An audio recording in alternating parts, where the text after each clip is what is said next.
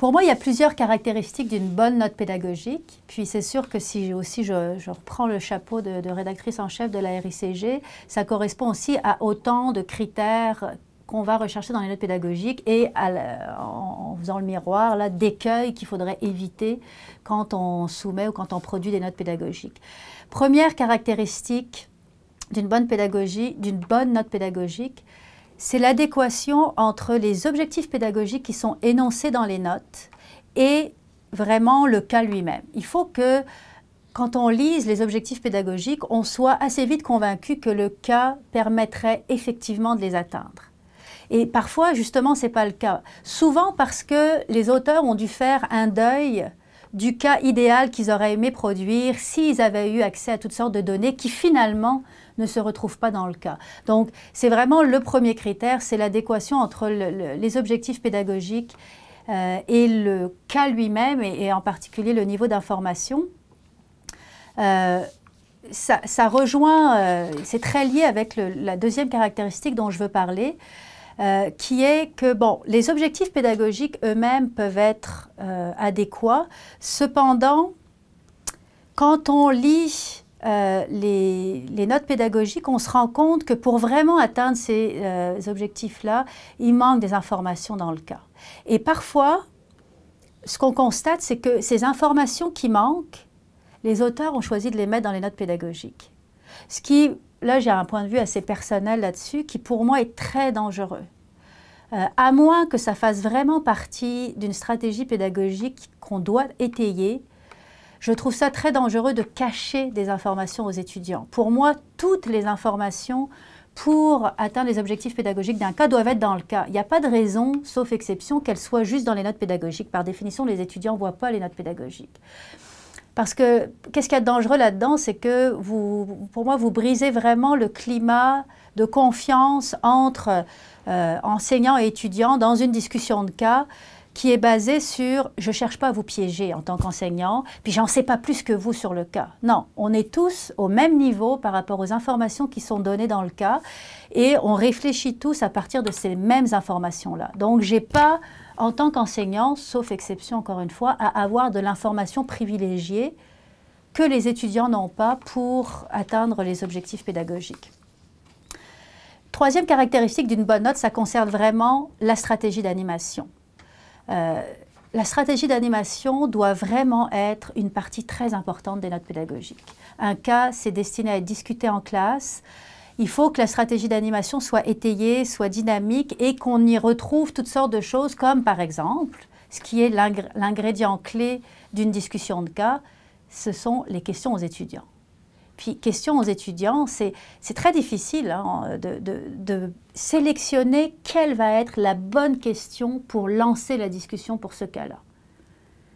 C'est pas facile non plus de se dire, en préparation à la discussion en classe, quelle devrait être la bonne question préparatoire à poser aux étudiants. La question préparatoire ne doit pas nécessairement être la question qui va servir à lancer la discussion en classe. De même, il y a des questions pour lancer la discussion, mais il y a des questions aussi pour la relancer quand ça part dans toute la direction. Puis il y a des questions qui visent à ramener ça plutôt en fin de discussion. Donc, l'art de poser des questions dans une discussion de cas, c'est justement un art et il faut que les notes pédagogiques donnent le maximum de munitions à l'enseignant en disant, ben voilà le genre de questions que je pourrais poser aux étudiants avec ce cas-là. Souvent, ce qu'on recommande, c'est que le cas a été testé en classe, donc on sait quelle est la question qui semble très très bien fonctionner de la part des étudiants.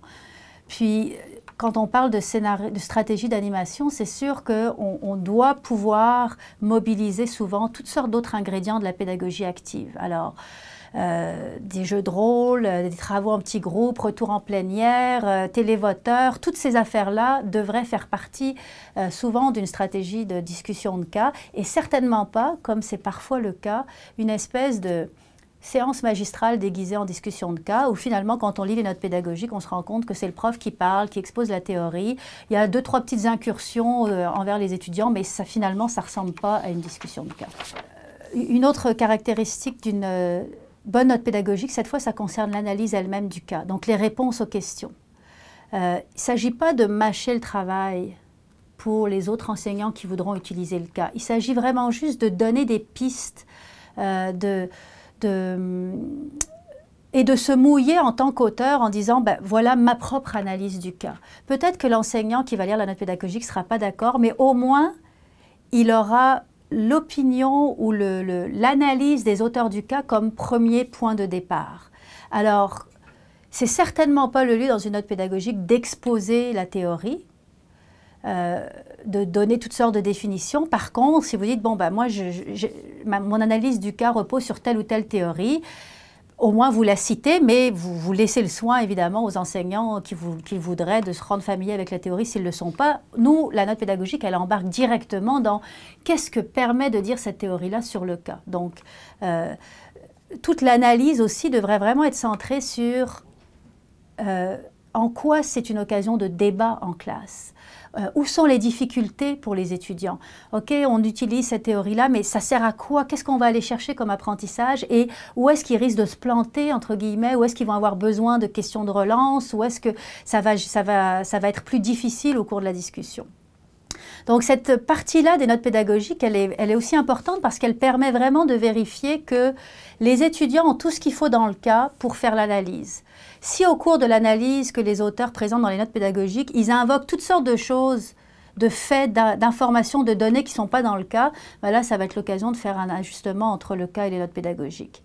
Mais en gros, cette section-là, elle répond un peu à la question « Voici le type d'analyse ou de réflexion que j'aimerais que les étudiants fassent à l'occasion de ce cas-là. » Je voudrais parler de deux dernières sections des notes pédagogiques qui sont plus facultatives, mais qui ont parfois vraiment leur raison d'être dans une note pédagogique. La première section, c'est la section qui consiste à faire un compte-rendu des premières expériences en classe. Donc, c'est sûr qu'idéalement, le cas, avant d'être soumis à une revue ou déposé dans un catalogue de cas, il a besoin d'être testé en classe. Parfois, le résultat de ce test-là, il est déjà incorporé dans la note pédagogique et dans le cas lui-même. Parce qu'à la lumière des premières utilisations, j'ai changé certaines informations du cas, j'ai revu ma stratégie d'animation. Donc, des fois, il n'y a pas lieu d'avoir une section à part sur les comptes rendus des premières utilisations en classe. Parfois, il y a lieu, au sens où, si jamais il s'est vraiment produit quelque chose de particulier où vous l'avez testé 2 ou 3 fois, puis à chaque fois les étudiants ont accroché au même endroit, puis vous trouvez ça riche sur le plan pédagogique, ça vaut la peine d'avoir une section qui rend compte de ça. Ou je pense par exemple à un cas sur lequel je travaille actuellement, où on s'est rendu compte que dépendamment de l'origine des étudiants, l'origine culturelle, géographique, la nationale, le cas était reçu très différemment. Et là, bon, on a incorporé des éléments de ça dans la discussion, mais d'avoir un peu cet avertissement dans une section à part sur « voici le compte-rendu des premières utilisations », ça peut être utile aux autres enseignants. Une dernière section facultative à une note pédagogique, c'est de raconter, lorsque c'est pertinent, c'est-à-dire lorsque le cas est vraiment réel et correspond à un épisode particulier qui a eu lieu, de raconter ce qui s'est vraiment passé. Et là, ce que je trouve intéressant de cette section-là des notes pédagogiques, c'est que justement, ce n'est pas dans le cas. Parce que, en fonction d'abord des objectifs pédagogiques de l'enseignant, mais aussi surtout de comment la discussion a été, ça peut être très dangereux de présenter par exemple une partie B d'un cas qui dirait « voici ce qui s'est passé ». Selon les étudiants, malgré toutes les mises en garde qu'on peut faire, il y a certains étudiants qui vont avoir tendance à prendre ce qui s'est passé comme étant la bonne solution auquel ils auraient dû arriver. Donc dans certains cas, c'est beaucoup plus astucieux sur le plan pédagogique de ne pas parler de ce qui s'est réellement passé. Du coup, c'est intéressant d'avoir ça plutôt dans les notes pédagogiques et là, c'est libre à l'enseignant de partager cette information avec les étudiants ou pas. Moi, dans certains cas, des fois, même si je savais ce qui s'était passé, je trouvais que ça n'allait pas me servir du tout de le dire aux étudiants. Dans d'autres cas, je m'en suis servi. Parfois, les étudiants le demandent, puis ça peut être, en fonction de la façon dont c'est amené, ça peut être utile sur le plan pédagogique, mais pas toujours. Donc, c'est une section qui est un peu facultative des notes pédagogiques.